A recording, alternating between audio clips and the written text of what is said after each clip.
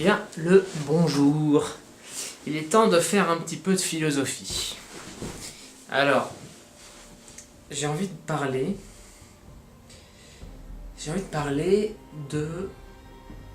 du sens de la société.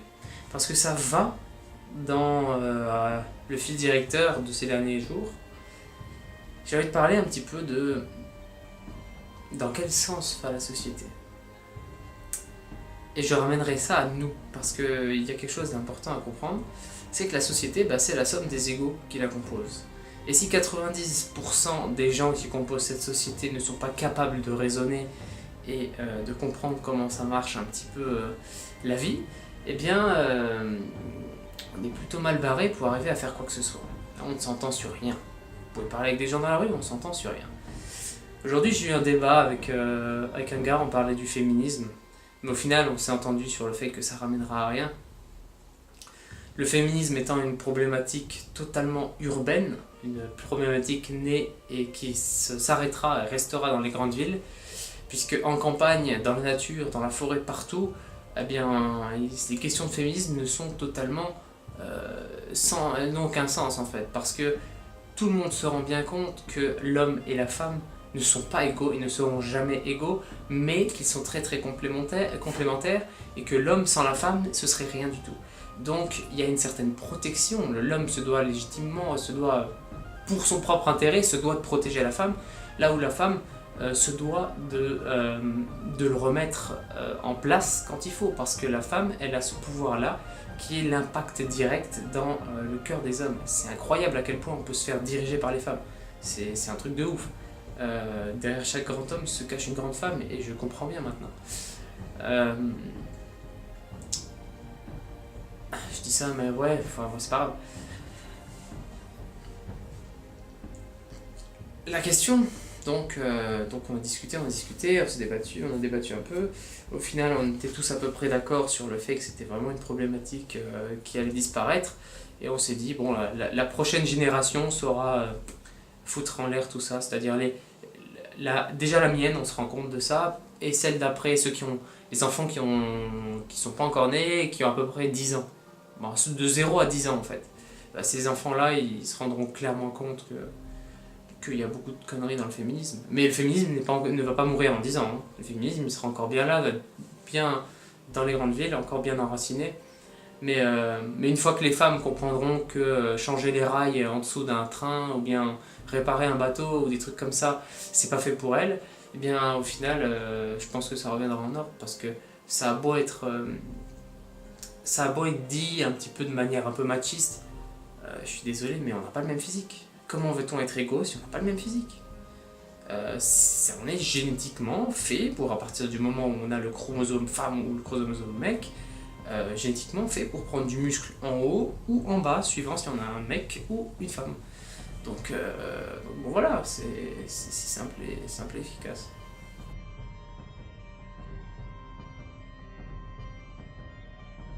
Bon. Le but, c'est de parler du sens. Je vais parler du sens, mais c'est une question complexe. Alors, si je me sens légitime à parler du sens, c'est parce que j'ai été très longtemps un ascète. Un ascète sans doctrine. C'est-à-dire que... un ascète, c'est une personne qui vit d'une manière austère, qui vit et qui ne se nourrit, on va dire, que de son propre esprit, donc dans la spiritualité, et qui médite beaucoup, et qui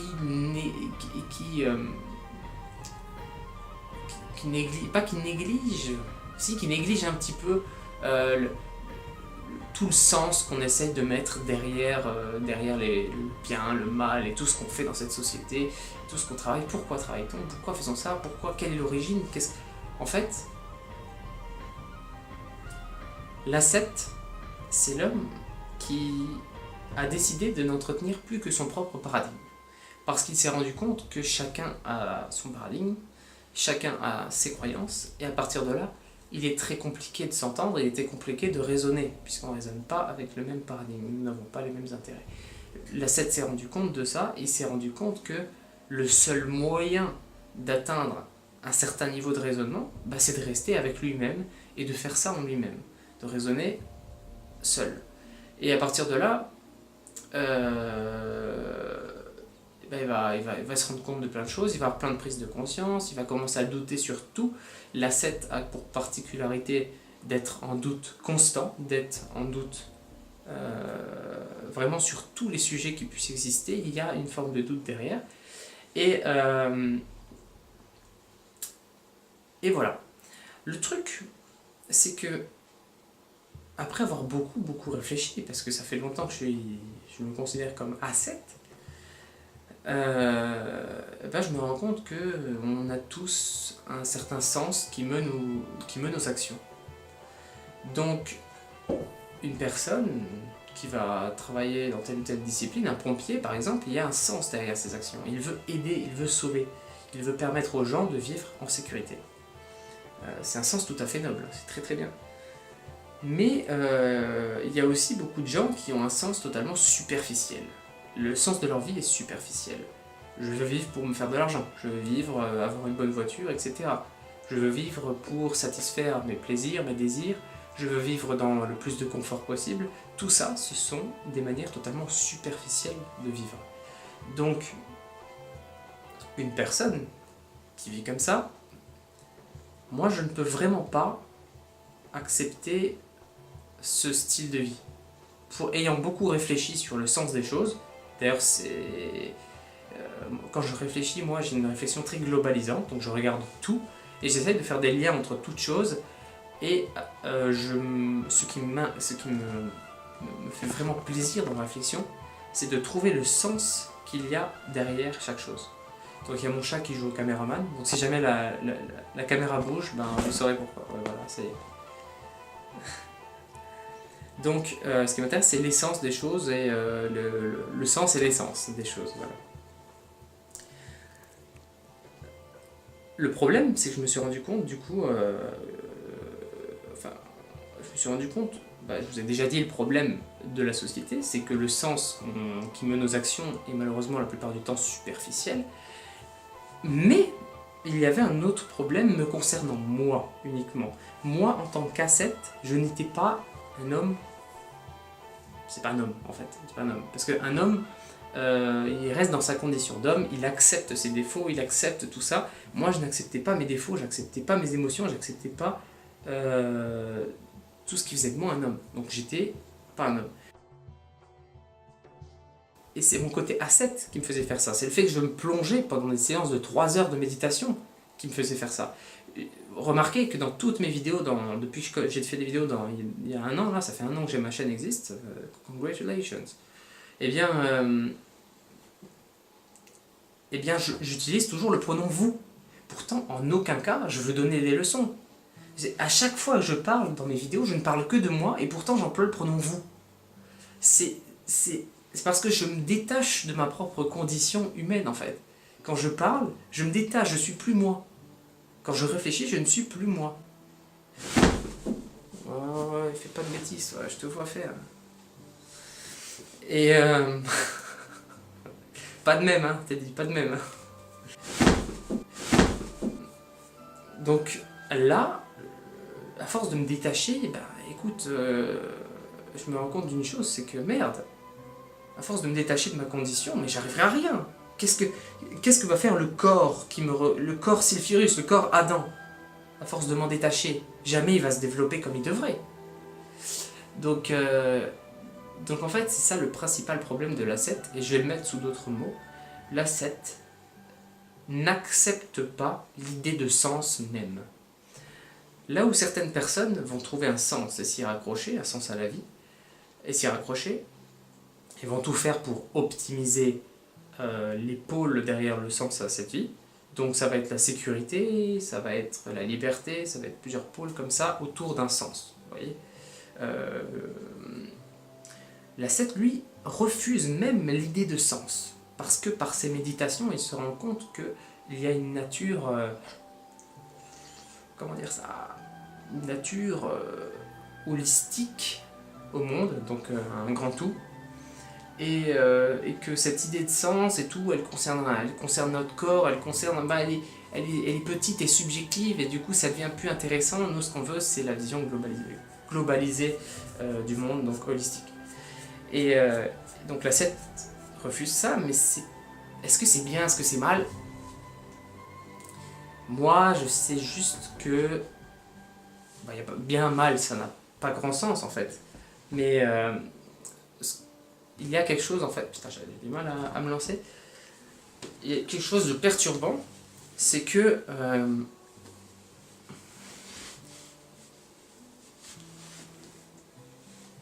soumission, soumission, soumission. Tu vois pas, hein? Bon. Bien mal n'est pas la question. C'est surtout de... Arrête de me défoncer comme ça.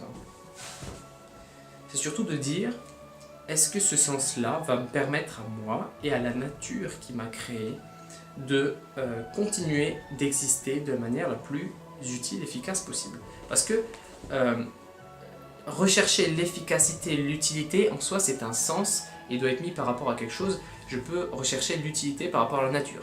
C'est-à-dire optimiser la nature de manière à ce que tout le monde puisse y vivre de manière la plus classe possible. La plus autonome possible, etc. Il peut y avoir d'autres sens, comme essayer de créer des civilisations humaines qui subsisteront dans la nature. C'est le mien à un certain degré. Disons que moi, je me suis longtemps questionné sur cette question de sens derrière les choses, et je me suis rendu compte qu'il n'y avait... En fait, j'ai testé plein de choses. J'ai testé plein de sens de vie. Exemple, j'ai testé la religion musulmane dans laquelle on m'a élevé. Je l'ai beaucoup testé, je l'ai beaucoup cherché à la comprendre. Et grâce à certains livres des plus grands imams ayant existé après le prophète, eh bien, je me suis rendu compte qu'il y avait un sens derrière la religion qui reliait à la nature. Et là, ça m'a explosé le cerveau. Alors, je vais vous montrer le livre. Je vais voir si je filme en même temps. J'ai trouvé ce livre. Et en lisant, je me suis rendu compte... alors, c'était le livre là que je voulais vous montrer. Enfin, l'auteur là, c'est pas ce livre-là, mais c'est Traité de l'amour de l'auteur Ibn Arabi. Donc, ce sont des auteurs, en fait, genre philosophés à Bagdad, etc. En fait, ce sont les auteurs qui vivaient en Syrie et... qui vivait en Syrie et qui... voilà, c'est celui-là. Voilà, La sagesse des prophètes d'Ibn Arabi. Eh bien, c'est en lisant ce livre, c'était hardcore. C'est absolument hardcore. À comprendre, c'est horrible. C'est vraiment horrible. Il faut être plongé dans la culture musulmane à fond pour comprendre ce qu'il y a là-dedans et connaître un petit peu l'arabe, parce que c'est hardcore. C'est marrant parce que je lis les deux livres là en parallèle et ils sont en totale contradiction. Mais totale contradiction. Nietzsche est un truc religieux. Ce livre là explique en quoi la morale des religieux et des gens qui vivent dans ces sociétés est complètement défaillante. Et ce livre là explique que la morale religieuse est quelque chose qui peut être expliqué et qui est justement la plus noble qui existe. Donc bon, c'est assez marrant. Mais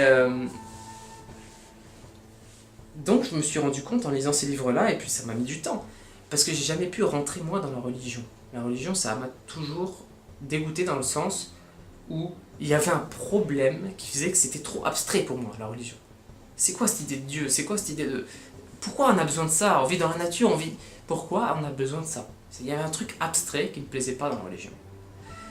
Et cet homme-là, Ibn Arabi, a réussi à me faire comprendre enfin que derrière la religion, il y a une recherche basée sur de l'ascétisme et de la méditation et de la compréhension de la nature même. Enfin, une personne musulmane a réussi à me faire comprendre que la religion musulmane s'adapte, enfin, est légitime par rapport à la nature, entre guillemets. Et ça m'a explosé le cerveau sur le coup, parce que je me suis dit enfin, il y a derrière le dogme religieux, il y a un sens. Derrière le dogme religieux, il y a quelque chose qui vaut le coup d'être creusé. C'était une grande révélation pour moi. Donc moi, ce qui m'a jamais plu, et c'est en fait c'était comme ça, puisque j'ai observé et j'ai essayé d'arborer moi-même des sens. Étant jeune, on faisait des bêtises, on prend des choses et puis on prend un but dans notre vie et on essaye de l'atteindre alors que ce but n'a aucun réel intérêt. Donc j'ai connu ça, j'ai connu la recherche de la richesse, j'ai connu la recherche du pouvoir et des femmes, et je me suis bien questionné, et donc je me rends compte que, en fait, eh bien, n'a de sens que le sens... N'a de sens... Attends, il y a une phrase d'un philosophe comme ça, je sais même pas... Mais n'a de sens que le sens qu'on donne à la vie. Et à partir de là, essayer de prouver qu'un sens est meilleur qu'un autre, ça n'a plus réellement... C'est plus réellement une question légitime, sauf si... sauf dans le cas où un sens va vers la destruction et le néant. Alors, c'est ce que dit Nietzsche aussi. Pour lui, le sens religieux de la vie, donc les religieux, vont vers le néant et le nihilisme. En un sens, c'est vrai, mais je ne vais pas étayer ça. Ce que je veux dire, c'est que au final, on peut observer que nous sommes nés d'une nature. Nous sommes nés d'une terre, de la terre, vous voyez ? La terre, c'est notre mère. C'est notre mère nourricière à nous tous. C'est ce qui nous a fait naître, c'est ce qui a initié notre sens. Nous avons un sens en nous, inné, notre corps arbore un certain sens, qui est le sens de la reproduction. Nous sommes produits d'une reproduction, et nous devons nous reproduire pour perpétuer l'espèce. Voilà le sens qui est intrinsèquement lié à notre nature d'être humain. Si ce sens-là est mis en... détruit et mis en échec par un autre sens de la vie, eh bien cet autre sens de la vie alors ira contre le sens de la nature. Et malheureusement, on se rend compte que chercher la richesse, chercher plein d'objectifs qu'on nous rentre dans la tête dans cette société, eh bien ça va contre le sens de la vie en fait. Nous nous dirigeons vers la destruction même de la nature au profit des hommes, sauf que ce profit des hommes, il est à court terme, il n'est en aucun cas à long terme, donc nous nous dirigeons vers un suicide dirigé, contrôlé, et tout sens en soi va chercher à être optimisé pour être contrôlé le plus efficace. Donc même si le sens est totalement négatif, même si c'est entre guillemets du satanisme, eh bien ce sens-là peut être optimisé par le contrôle et on peut y trouver une certaine liberté, on peut y trouver tout en fait.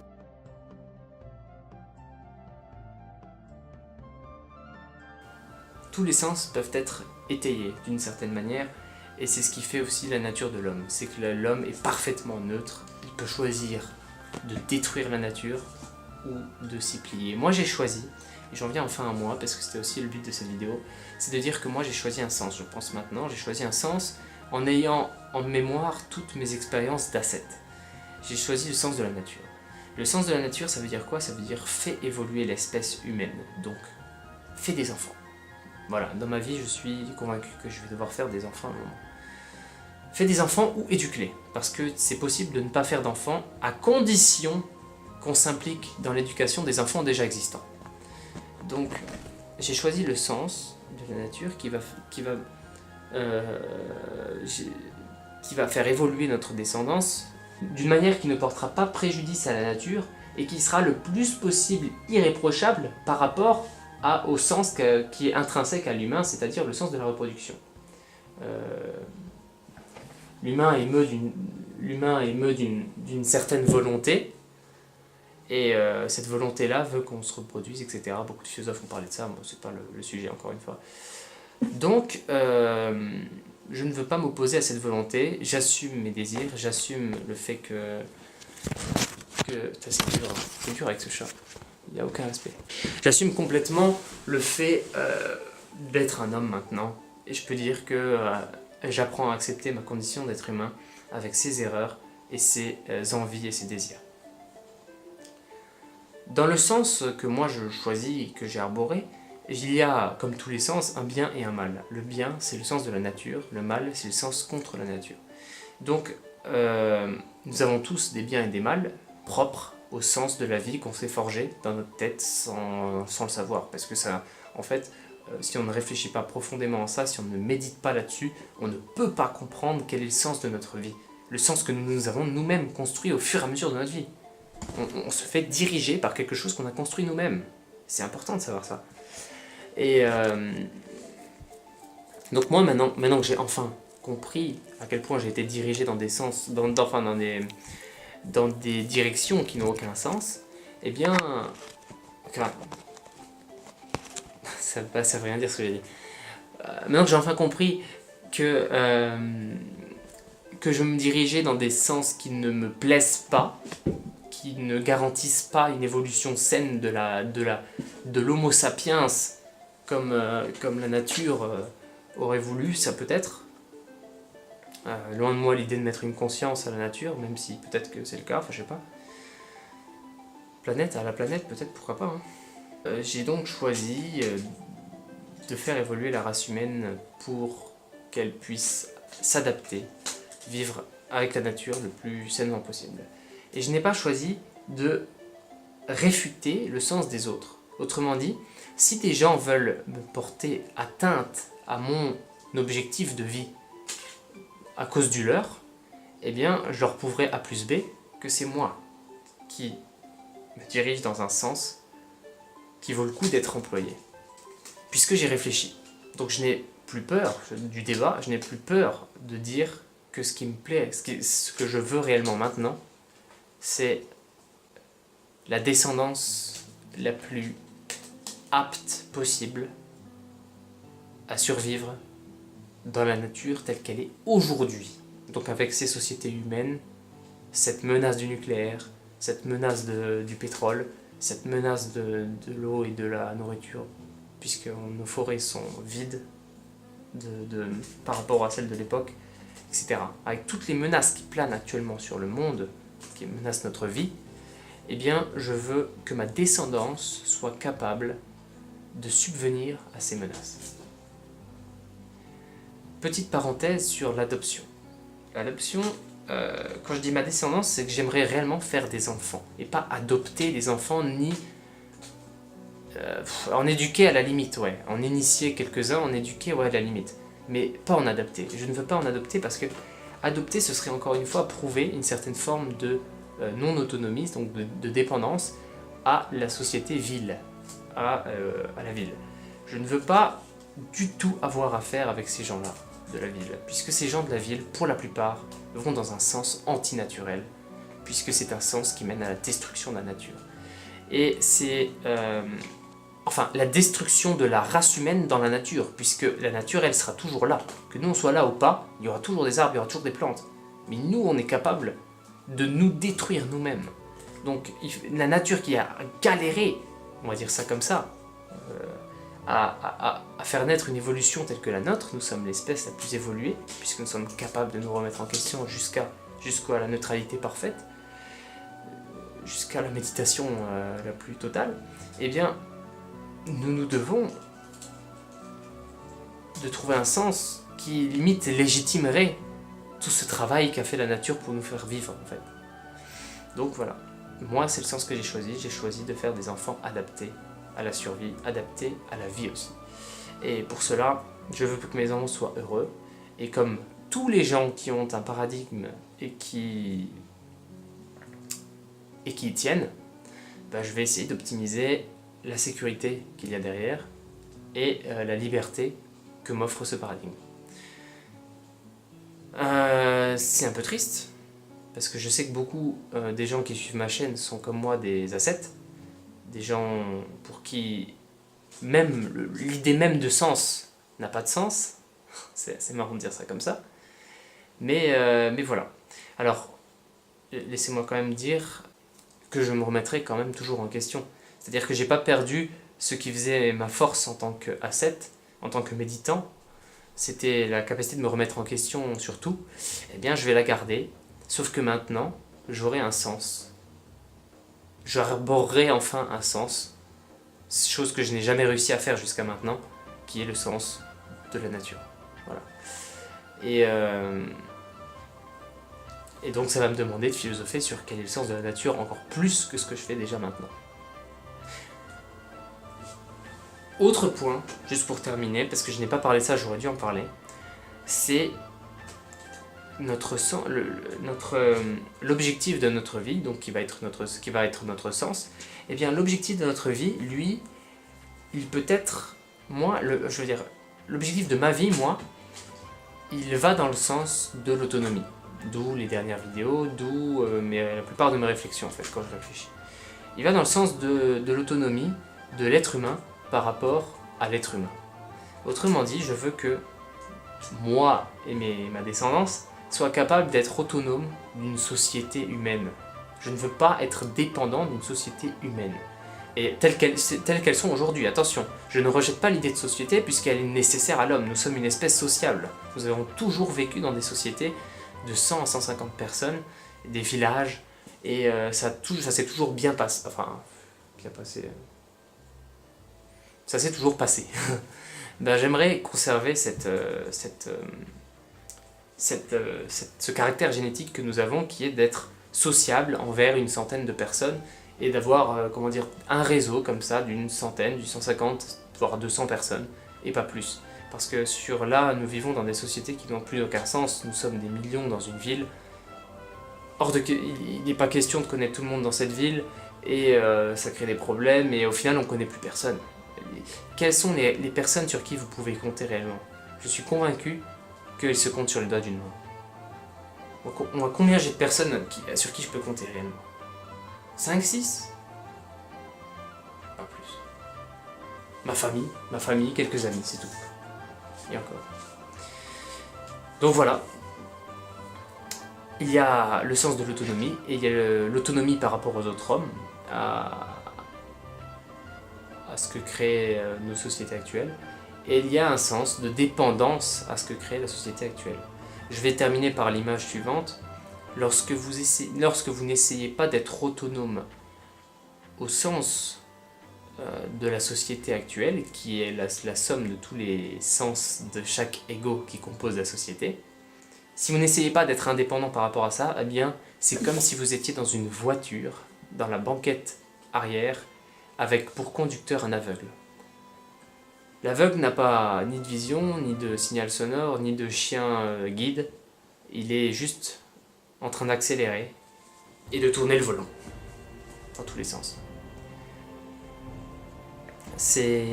La société, c'est l'aveugle. Et l'aveugle qui tourne le volant et qui malheureusement ne se rend pas compte de ce qu'il fait, il est aveugle. Moi, je décide de ne pas être dépendant de ça, je veux me défaire complètement de cette voiture et je veux avoir ma propre charrette. Et cette charrette-là, je veux qu'elle soit suivie dans les générations qui me suivront, je veux qu'elle soit perpétuée. Je pense que c'est un petit peu ce que peut demander de plus noble un être humain. Voilà. Le sens de la vie. Ciao.